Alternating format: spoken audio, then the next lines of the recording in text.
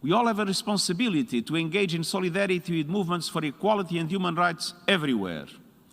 And we must extend solidarity to everyone fleeing conflict or persecution without any discrimination based on race, religion, or ethnicity. We must speak out against hate speech, offline and online, and we must listen to those experiencing injustice and ensure their concerns and demands are at the center of efforts to dismantle discriminatory structures. Remarks of the UN Secretary-General to the General Assembly on the International Day for the Elimination of Racial Discrimination, whereby he did not refer to discrimination only in terms of races. Quote, "We must stand in solidarity with all those fleeing conflict or persecution without any discrimination based on race, religion or ethnicity." Question is whether this good intention is actually implemented by the member states of the UN. The answer, unfortunately, is no. The case we are going to talk about today is both a proof of the arbitrary interpretation of what hate speech is, and secondly, a sad testimony of how far society has moved away from acceptance of those who think differently and does not tolerate anything that does not correspond to its own ideologies and narratives. The witch hunt, especially on Christians, is on the rise, and nothing is sacred to the hunters, not even the Holy Scripture, the Bible. A case that made international waves and caused a big stir, because it is also about the freedom of speech for Christians, is that of the Finnish politician Päivi Räsänen, who was in court in Helsinki at the beginning of this year because she had quoted the Bible. Today I speak with the defendant's lawyer, Paul Coleman of ADF International in Vienna. The Bible on Trial, now here on EWTN TV UN-BLOG.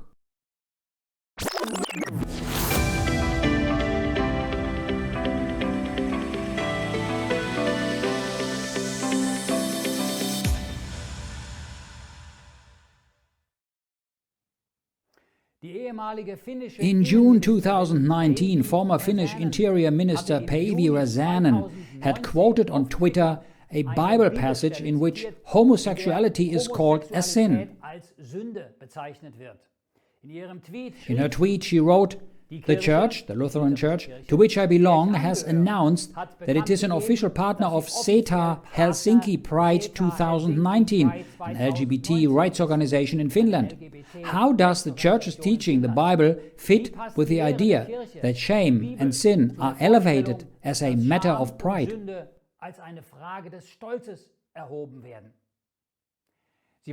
She meant to criticize the Evangelical Lutheran Church of Finland for partnering with and supporting LGBT organizations. To do so, she posted a photo of the Bible verse Romans 1:27.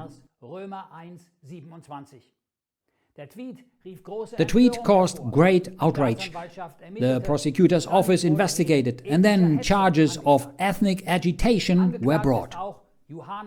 Also charged is Juhana Pohjola, Bishop of the Evangelical Lutheran Church of Finland, for publishing a speech by Räsänen.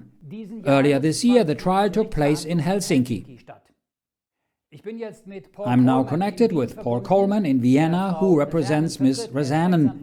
He is a lawyer with ADF International, a faith-based organization that works to protect fundamental freedoms and promote the inherent dignity of all people. Good day, Paul. Good afternoon, Christian. Paul, in terms of freedom of expression in conjunction with freedom of religion and the exercise thereof, the case of Päivi Räsänen of Finland was or is probably the highest profile case of all in terms of length and impact. Yeah, I certainly think this case is one of the most high-profile cases that Europe has seen, certainly in the last couple of decades. And the stakes in the case are just so high. So we have a long-standing Member of Parliament. Päivi has been a Member of Parliament for over a quarter of a century. She's the former Minister of the Interior. We also have a bishop being prosecuted, a bishop of the Lutheran Church in Finland. And then it is the the Finland's highest prosecutor who brought these charges against Päivi, against Bishop Johanna. And so the case is extremely high profile, in part because the figures involved are very high profile people in public life in Finland, and it has captured the attention of all of Europe and in fact around the world, because everyone is looking at this case and looking what's happening and thinking, hey, if a long-standing member of parliament, if a bishop can be prosecuted, can be hauled before the courts for hate speech in Finland, then maybe this can happen in other countries as well. In your opinion, how did it come about in our societies that the expression of one's faith, one's religion on the internet is declared a crime by a state? I think that the case really illustrates just how far Western secular societies have moved away, have departed from Christianity and from clear biblical teaching.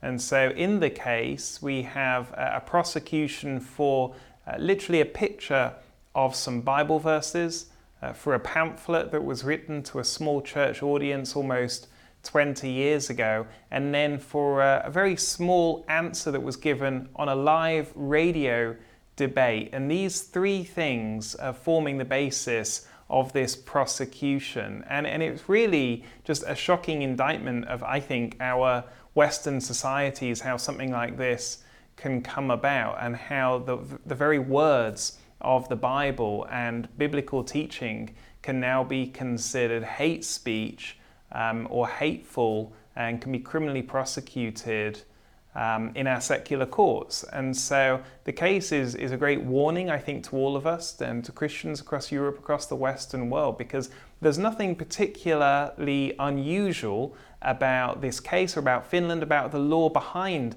the case, which means that because all of the other Western countries across the world have similar so-called hate speech laws, we could see similar prosecutions of people like Päivi and like Bishop Johanna in the future. Article 10 of the Declaration of Human Rights protects the right to have one's own opinion and to express it freely and without interference from the government. But it also says that this right is limited for the protection of health or morals. A definition of health may be even possible, but the definition of morality? Who defines what morality is, especially when it is linked to personal religious belief?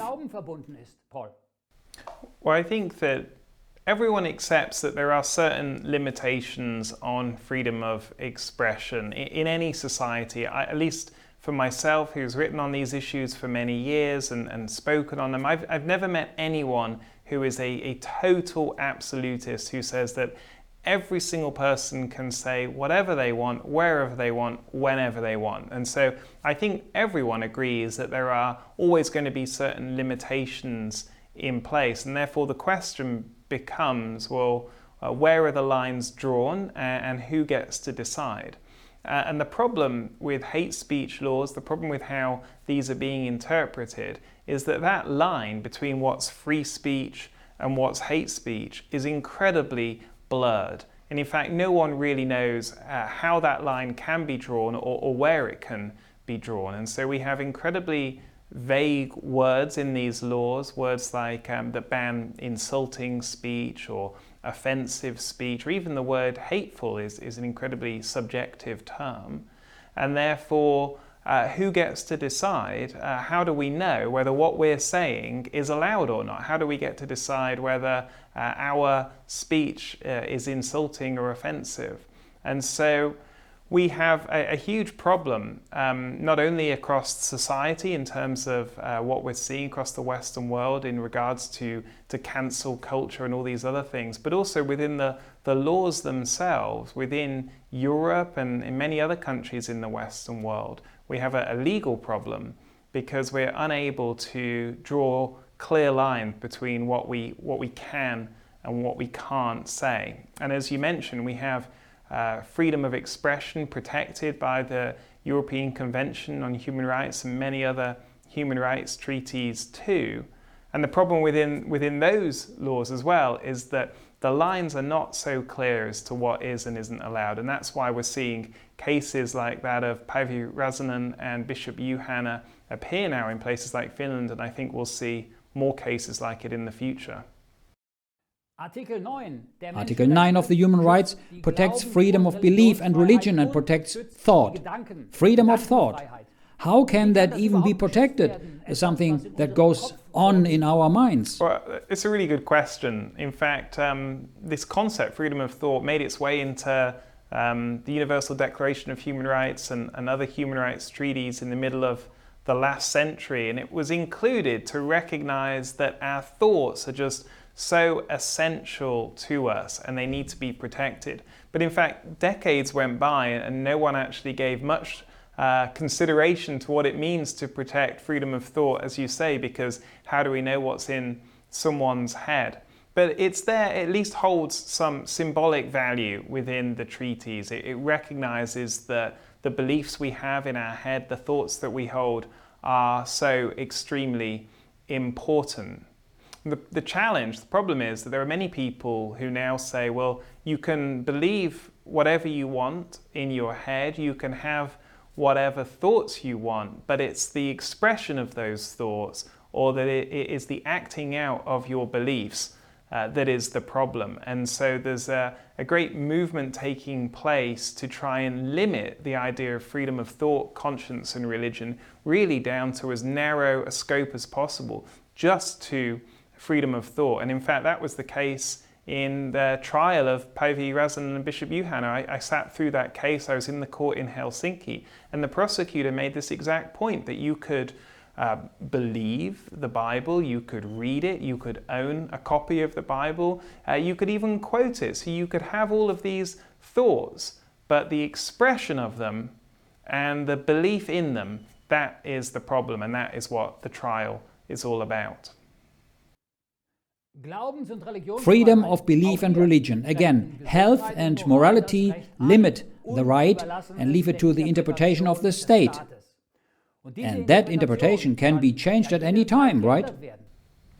Yeah, so I think it's important to remember that we do have these human rights to freedom of speech, protected by Article 10 of the European Convention of Human Rights, and as you mentioned, freedom of religion, protected by Article 9, and these are enshrined in human rights treaties. All of the countries of Europe have signed up to these treaties, and they are strongly protected rights and freedoms that we all hold. And when it comes to limitations on the right to freedom of religion, the limitations are themselves limited, or they should be. And so any limitations on freedom of religion has to be firstly prescribed by law, it has to be for a legitimate reason, and then it has to be necessary in a democratic society. And it's that test of necessity which is a pretty high bar. It means that the right to freedom of religion can't be easily overridden by the state. But of course it all comes down to interpretation, and that is the role of judges at the European Court of Human Rights and at national courts across the continent. And so what we're seeing is, as time goes on, we're decades after these treaties have been passed and adopted, that the interpretation of these rights and the interpretation of the limitations on these rights is beginning to shift, and it is beginning to change. And we're finding that there is a real risk or a danger that freedom of religion becomes a narrower and narrower right. And that is why this case, the case of Päivi Räsänen and Bishop Juhana Priola, is so important, because it gives a great opportunity for the courts to interpret freedom of religion in a broad sense, to give robust protection to freedom of expression. And if the case continues on to higher levels, in fact, if it goes to the European Court of Human Rights, then there's also a really great opportunity to set a very strong precedent and a very strong message that these are important rights that need to be well protected. On March 30th, Ms. Räsänen and Bishop Johanna were acquitted by the court in Helsinki. Justifying the acquittal, the judges stated that it is not for the district court to interpret biblical terms. Räsänen's statements were covered by her right to freedom of expression, they said. The prosecution had the opportunity to appeal the rulings within 7 days, and that's exactly what they did. So it seems the case is not over yet. More on this case next week with Paul Coleman in Vienna. I hope you'll join us again.